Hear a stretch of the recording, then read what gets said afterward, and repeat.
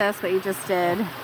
Well, this is your legal water diversion. We're here in your creek at Heal Thyself Gardens, and we're way up high up in the creek above your house, above your farm.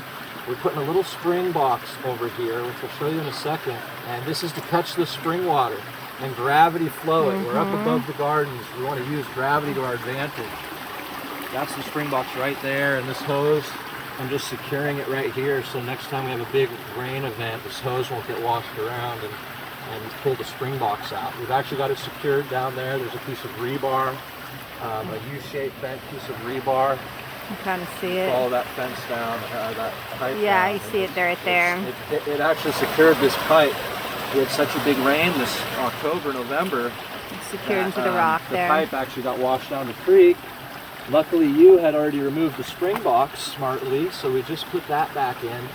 Yeah, let's go over here and I'll show you the spring box. Also, talk about this. This is a big one that some people, I don't think, sometimes remember to do, or this right here. Was a good little, there's a little T right here that's a nice little clean out. I was able to just open it up and make sure that the water was flowing, that we got gravity feed from the spring box. You want that spring box to be as higher up than your pipe. It needs to be higher up. And this really helps clean it out, because you sometimes get a key or some stuff in there, and this is like, this has been a lifesaver. I love this little thing right here. And we have a filter in that spring box to try to keep some sediment out of there. So yeah, let's go over there and I'll show you really quick the spring box.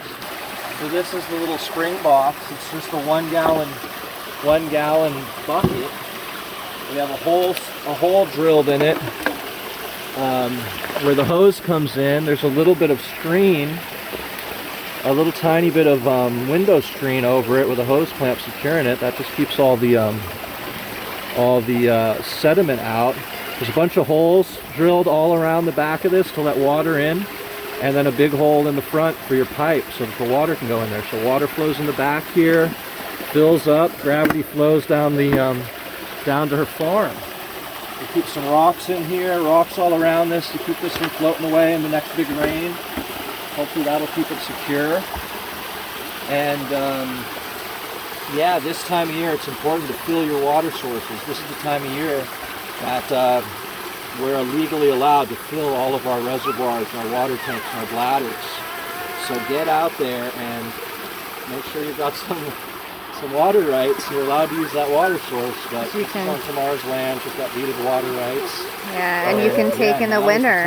Fill those bladders, fill those tanks.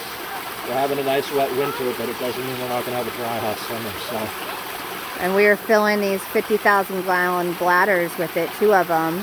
And within probably about a week, they should be filled. And then we have our water for the gardens for the year.